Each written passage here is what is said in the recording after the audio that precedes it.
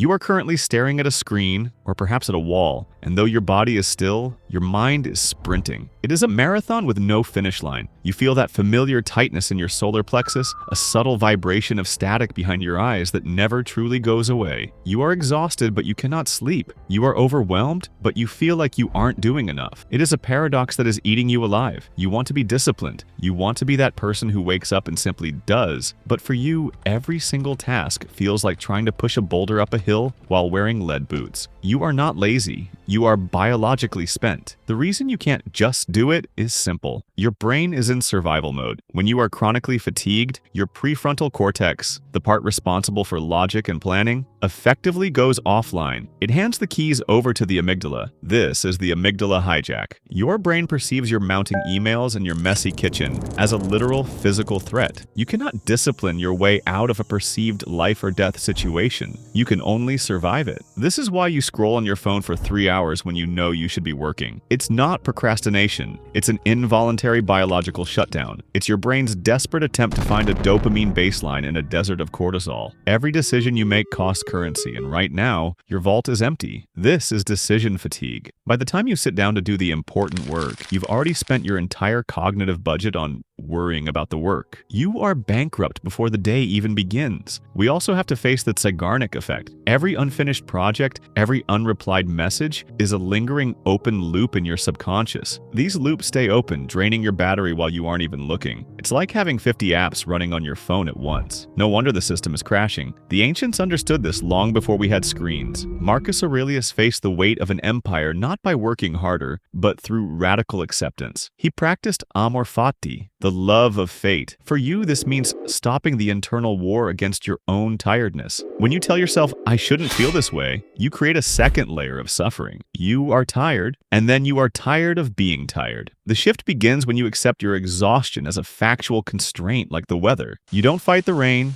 you just grab an umbrella. Think of the Taoist concept of Wu Wei, or effortless action. It's about the path of least resistance. Discipline for the exhausted is not about smashing through walls. It's about removing the obstacles so that action becomes the natural next step. You must move from being a boss who demands results to being a steward who protects the tool. You are the tool. If you break yourself in the pursuit of productivity, you have failed the most basic requirement of life, maintenance. To program your brain for discipline without triggering a shutdown, we use 3 silly hacks. First, the 10-minute loop closure. Pick 3 tiny things: a dirty mug, a 30-second email, a pile of mail. Do them now. Closing these microloop signals to your brain that the environment is safe. It lowers the noise so your prefrontal cortex can breathe. Second, define your floor. The floor is the absolute minimum you can do, even on your worst day. If your goal is to work out, the floor is just putting on your shoes, that's it. You never miss the floor. It keeps the identity of discipline alive without the cost of the effort. Third, the digital sunset. 2 hours before bed, the phone goes into another room. Not on the nightstand, another room. This creates a low dopamine zone where your brain can finally begin its natural descent into restorative sleep. You are protecting your baseline. You have been carrying a heavy load and you have been judging yourself for stumbling. But the fact that you are even listening to this proves the fire hasn't gone out. Discipline is not a punishment for your past. It is a gift to your future. It is the act of creating a life where you don't have to be strong all the time because your systems are strong for you. You are someone who values peace. The clarity is waiting for you on the other side of the silence. Go close one loop, put on your shoes, turn off the noise.